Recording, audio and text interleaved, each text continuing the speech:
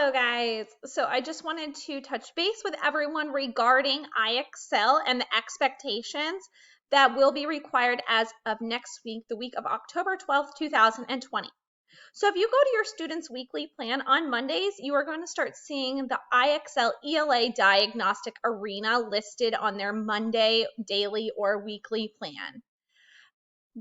If you click on the lesson, it will explain the directions.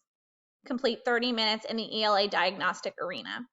Each week we are wanting students to complete 30 minutes in the ELA diagnostic arena in order to keep their skills up to date and they're getting the most relevant information and questions related to their levels. All you will need to do is click on the IXL link and log into IXL. Please make sure you are using that Florida Online School link. If you do not use the Florida Online School link, you will not be able to log in. When you get to your recommendations page after you have logged in, you will see your recommendations page, of course. There is a star on the right-hand side where it says 4 suggestions from your teachers.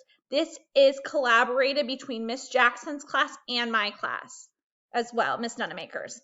If you click on that, it will say keep your real-time diagnostic levels pinpointed.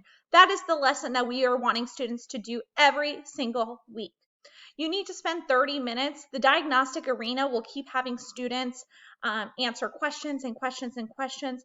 So your student could be working in there for hours at a time. So please make sure you're limiting it to 20 to 30 minutes at a time in order to keep their levels pinpointed.